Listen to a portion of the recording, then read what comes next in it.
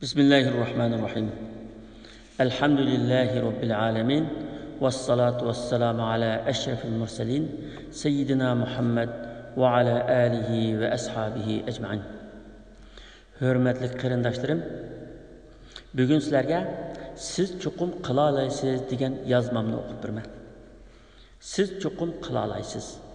Ba'zi kishilar o'zini go'zal axloqliq, isil fazilatli qilib yetishtirib chiqa olishiga ishonolmaydi, umidsizlanadi. Shuning bilan o'zini tashlab etadi. Bu qat'iy to'g'ri emas. Insonda o'zini o'zgartirishga iroda bo'lsa, chuqum o'zgartira oladi. Chunki inson o'rganolmaydigan va o'zini ko'ndirolmaydigan hech qanday ish yo'q. Hatto inson sirikchilar ko'ndiradigan she'rdan bakrak ko'ngak.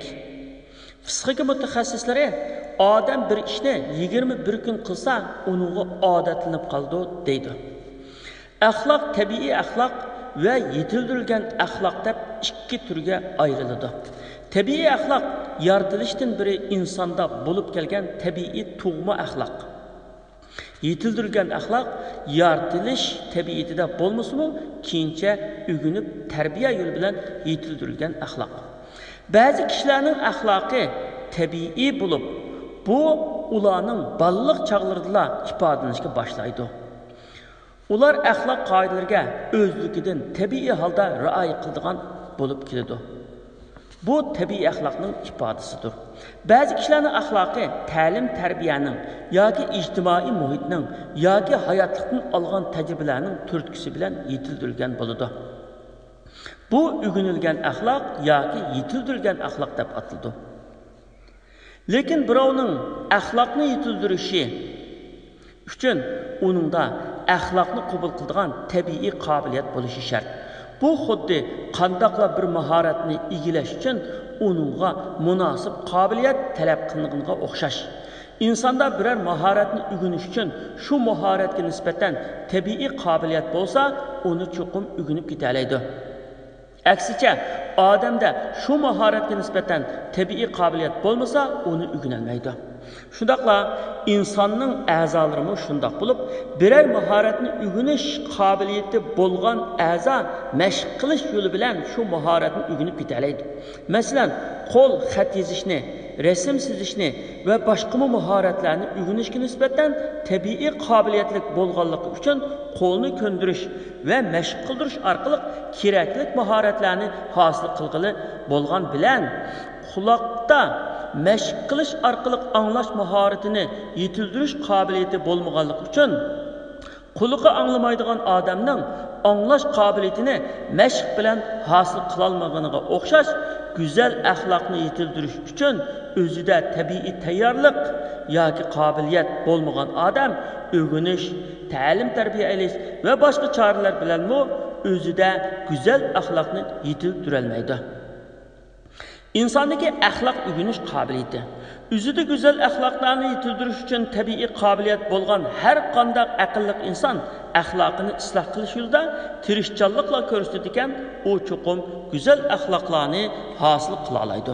Masalan, tez ochiq qilinadigan odam ochiqqa kelganda o'zini tutib oladigan eg'ir besiqlik hosil qilish uchun qat'iy niyatga kelib bel bağlab, tirishchanlik ko'rsatsa, tarbiya yo'li bilan u chuqum eg'ir besiq inson bo'lib qoladi.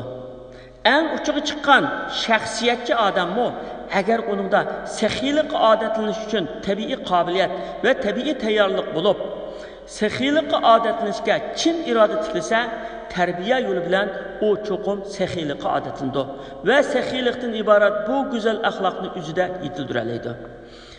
Mundaq bir shaxsiyatchi odam birdinla boshqalarning manfaatini ko'zlab, o'z manfaatini voz kechish darajasiga yetolmasa-mu, u boshqalarga o'tashga tegishli haq-huquqlarni ado qilish uchun yetarli miqdorda saxiylikni yetildira oladi.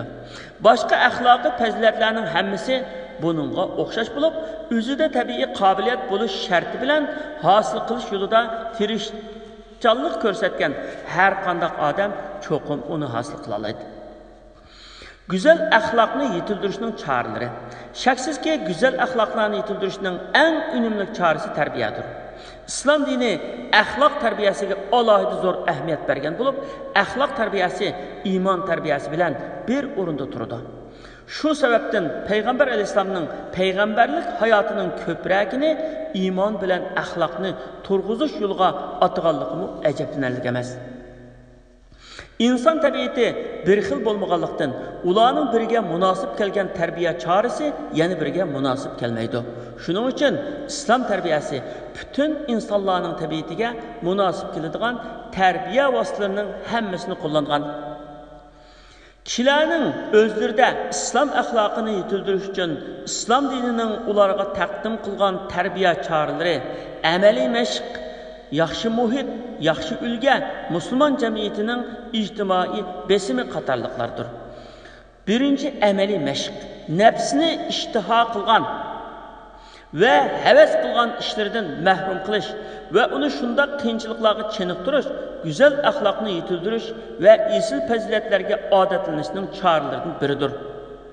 Bundaq mashqlar dastlabda insonga ig'ir tuyulsa-mu, keyincha uni qiyin ko'rmaydigan bo'lib ketadi. Bu xuddi jismoniy jihatdan chiniqish orqali badanni kuchlantirishga o'xshash bir ish. İnsanda axloqiy fazilatlarni qabul qilishga tabiiy iqtidor va qobiliyat bo'lganligi uchun tarbiya deydigan narsa mavjud. Agar insonning axloqi qat'iy o'zgarmaydigan va isloh qilinmaydigan bo'lsa edi, inson hayotida tarbiyaning hech bir ahamiyati bo'lmagan bo'ladi. Ammo ilohiy ta'limotlar bilan reallikdagi tajribalarni asos qilgan tarbiya metodlari inson tabiatida tarbiyani qabul qilish iqtidori borligini isbotlab kelmoqda. Tarbiyachilar, ustozlar va muallimlar bu metodga asoslangan holda yangi avlodlarni tarbiyalash ishlarini elib bormoqda.